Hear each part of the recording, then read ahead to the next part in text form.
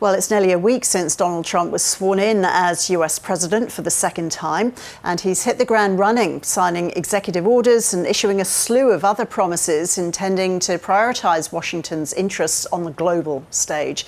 Here to discuss President Trump's foreign policy actions is Professor Markus Wagner from the University of Wollongong. Thanks so much for coming in, Markus. Thanks for having me, Ross. So there's been a lot of activity, hasn't there, on the global stage from Donald Trump. What stands out to you from this first week? Up until this morning, I would have said either Gaza, Greenland, Panama Canal, Ukraine, but now it's Colombia. And the threat of tariffs, sort of weaponizing trade relations, vis-a-vis removal policies for illegal migrants, as Trump likes to call them, in the US. So President Trump is slapping tariffs on Colombia after the country's president blocked the arrival of flights carrying deported migrants. Do you suspect that this will become a fairly regular, common tactic by Mr. Trump? He has indicated in the past that he will use tariffs, his new favorite term, as he once called it, as measures or as a wedge to get countries to agree to whatever he wants countries to do. And the situation in Colombia is fairly complicated even internally. So the president of Colombia has lost some support as of last week, a peace agreement that didn't come through, then objected against the transport by military aircraft, because these flights have been happening over the last 4 years under the Biden administration with civilian aircraft. So this is symbolism partially, but the response of Trump to just use sort of naked power, if you will, with respect to trade relations, with respect to visas for Colombian government officials, that is something that I think we'll see for the foreseeable future.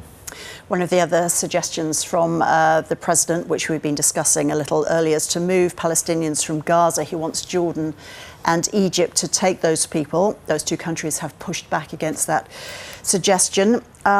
So is this what we should expect from now on, the floating of these ideas, irrespective of the issues and controversy that goes with them? I think so. Trump is, and I don't like to use that term, but it's a bully in some sense. And for lack of a better term, this bullying is his tactic, right? And he's trying to then get countries to do something. And in this particular instance, I don't think it works because he overlooks the very complex nature, political nature, historical nature of what happened in Gaza. And you just don't get to move 1.5 million people from Gaza to a different territory, to Jordan and Egypt, who don't want to take in refugees. They have done this for decades, and that response was entirely predictable, probably not coordinated with the State Department. And so we'll probably see these off-the-cuff remarks fairly frequently, and we should be prepared for that. And who's he aiming these at? Is it his supporter base to be seen to be doing something straight away? I think so. If you look at anything and everything he's done, both domestically and internationally, it really plays to his base. The messaging, to me at least, seems fairly clearly geared towards we want to be seeing to be doing something. That's true for migrants. That's true internationally. He indicated he wants to solve the Ukraine conflict within 24 hours. All of this is rhetoric, not backed up by action, and the world is far more complicated than what Donald Trump seems to think it is like. What's the latest on the US gaining control of Greenland? Is that in any way a possibility? He had a very heated phone call with Denmark's Prime Minister.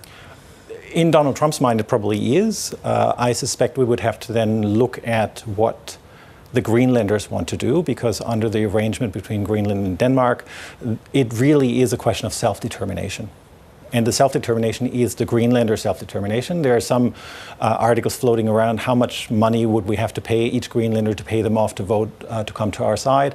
I don't think it quite works that way. My suspicion is, or my position would have been much more useful to just try to come to an arrangement that the US wants and Trump wants, namely access to rare earths and minerals in Greenland, access for greater military assets to be placed in Greenland, rather than creating that row, really, and not just with Denmark and Greenland, but with the entire European Union, because once you slap tariffs on Danish products, you're putting tariffs on European products more broadly. You mentioned Ukraine. How's he going to approach Russia do you think, and President Putin this time round? Well, he has, and it's a similarly threatening rhetoric that he has used vis-a-vis President Putin in Russia.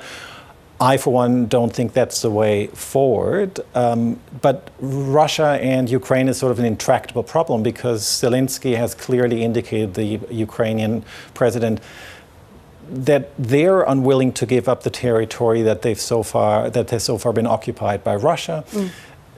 How to find a way out of this, I think, is a real problem, and I don't think Trump's timeline, which tends to be fairly short, is amenable to that. I think the best way forward is some kind of negotiated settlement, but that then would require some kind of peacekeeping force or some kind of military force to keep the two sides apart.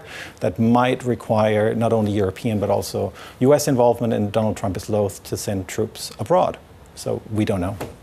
And do you detect any change in his attitude towards US foreign policy second time around, now that he knows, he's more familiar with what he's doing? In some sense, yes. What we've seen in the last week was partially planned. The quality of it is not where you would expect it to be after having been able to prepare for almost 4 years.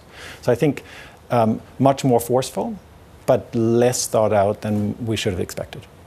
Markus Wagner, great to talk to you. Thank you. Thanks.